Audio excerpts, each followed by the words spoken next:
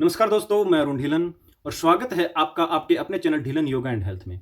दोस्तों, आज हम महर्षि पतंजलि के द्वारा बताए गए योग के 8 अंगों को जानेंगे। यानी कि अष्टांग योग का वर्णन आज हम करने जा रहे हैं। अष्टांग योग में योग के 8 अंग बताए हैं जो इस प्रकार से हैं: यम, नियम, आसन, प्राणायाम, प्रत्याहार, धारणा, ध्यान और समाधि। दोस्तों, ये 8 अंग हैं। इनका एक वीडियो में वर्णन करना थोड़ा लंबा बन जाता है वीडियो, तो इस वीडियो में सिर्फ हम एक अंग यम को जानेंगे। तो दोस्तों, यम है वो क्या है देख लीजिए। अहिंसा, सत्य, असत्य, ब्रह्मचर्य, अपरिग्रह, यमः। ये सूत्र मिलता है हमें साधन पाद जो है हमारा योग सूत्र का साधन पाद, उसका 30वां सूत्र है ये। ठीक है दोस्तों, इसमें क्या बताया गया है कि अहिंसा, सत्य, असत्य, ब्रह्मचर्य और अपरिग्रह, ये यम है। और जो यम होता है दोस्तों, वो हमारे इंद्रियों की शुद्धता के लिए बताया गया है और समाज को सुधारता है। अब जान लेते हैं अहिंसा, सत्य, असत्य, इन सभी को जान लेते हैं कि ये होते क्या हैं। उसके बाद इनके फल को भी जानेंगे। तो पहले चलते हैं अहिंसा के ऊपर। तो अहिंसा क्या होती है? किसी के प्रति हिंसा ना रखना, यानी कि हिंसा का भाव ना रखना।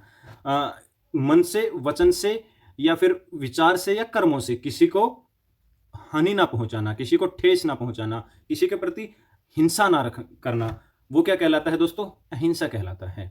देखिए, मन में कभी विचार नहीं आना चाहिए कि मैं उसके प्रति हिंसा का भाव रखूं। कभी हमें वचन से इस प्रकार का नहीं बोलना चाहिए कि सामने वाले को हिंसात्मक लगे, या फिर विचार भी हमारे ऐसे नहीं आने चाहिए, किसी के प्रति हिंसात्मक विचार भी हमारे मन में नहीं आने चाहिए, तभी हमारी हिंसा जो है वो सिद्ध मानी जाती है। उसके बाद आता है सत्य। सत्य क्या होता है? झूठ ना बोलना, यानी कि जैसा देखा, जैसा सुना, जैसा जाना, वैसा का वैसा सामने वाले को बता दीजिए, वो आपके लिए सत्य है।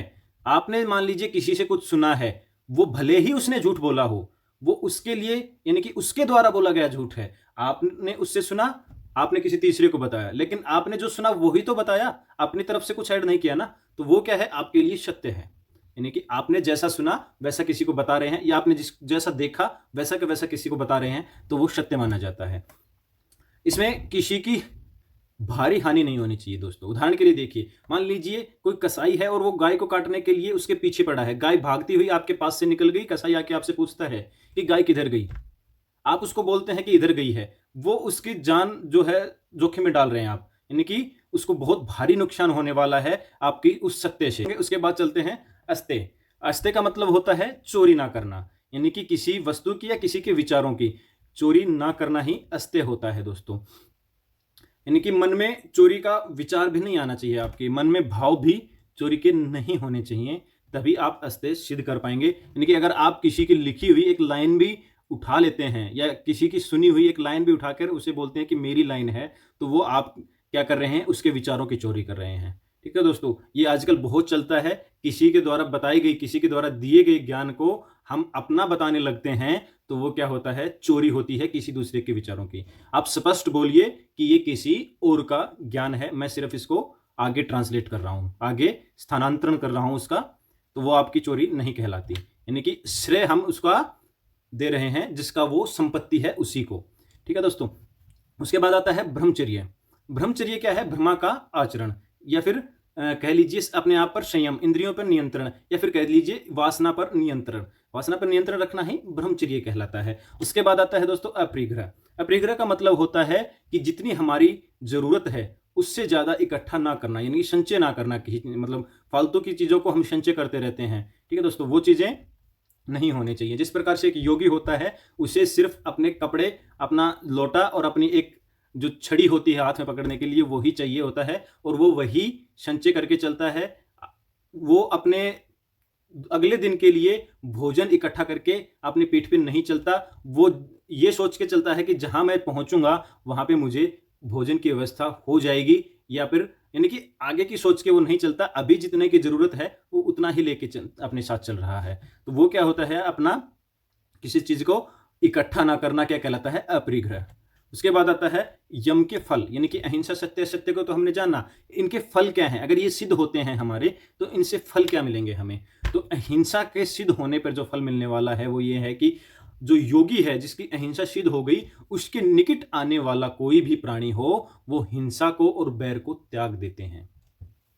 चाहे वो जानवर हो चाहे वो इंसान हो। जब उस योगी के पास आएगा जो अहिंसा को सिद्ध कर चुका है, उसके पास आते ही वो हिंसा और बैर के भाव को त्याग देगा। पहले आपने देखा होगा कि जो योगीगण थे उनके आसपास उसी जगह पे हिरण घूम रहे होते थे और उसी जगह पे शेर घूम रहे होते थे, और वो एक दूसरे को हानि नहीं पहुंचाते थे। वो इसीलिए होता था क्योंकि उन जो योगीगण थे उनकी अहिंसा सिद्ध हो गई थी। तो वहां उनके जो ओरा होता है, उसके ओरे के अंदर कोई भी आता है, योगीगण के ओरे के अंदर कोई भी आता है तो वहां पे वो अहिंसा को त्याग देता है, अगर उस योगी की अहिंसा सिद्ध हो गई है। उसके बाद चलते हैं, सत्य अगर आपका सिद्ध हो जाता है तो आपकी जो वाणी है वो अमोघ हो जाती है। मतलब आपके मुख से निकला हुआ हर वाक्य, हर शब्द सत्य होता है दोस्तों। यानी कि आप जो बोलेंगे वो अपने आप सत्य हो जाएगा, सच हो जाएगा वो चीज। इसी का सहारा लेके पहले श्राप दिया करते थे ऋषिगण, क्योंकि उनकी वाणी जो थी अमोघ हो जाती थी, उनके मुख से निकला हुआ शब्द सत्य हो जाता था। तो श्राप का जो चलन था उस समय पे वो इसी वजह था, क्योंकि वो सत्य को सिद्ध कर लेते थे। उसके बाद आता है असत्य। अस्ते, अस्ते का मतलब होता है कि मैंने बताया था चोरी ना करना। अगर चोरी ना करना ये प्रवृत्ति आप सिद्ध कर लेते हैं, ये प्रवृत्ति आप में आ जाती है चोरी ना करने वाली, आप अस्ते को सिद्ध कर लेते हैं, तो धन संपत्ति है वो आपको अपने आप मिल जाएगी और आपकी इच्छा भी नहीं होगी कि मैं इसको साथ लेके चलूं, और आपको चारों दिशाओं में दबे हुए रत्नों का आभास हो जाएगा दोस्तों, अगर आपका अस्ते सिद्ध हो जाता है। उसके बाद आता है ब्रह्मचर्य का फल।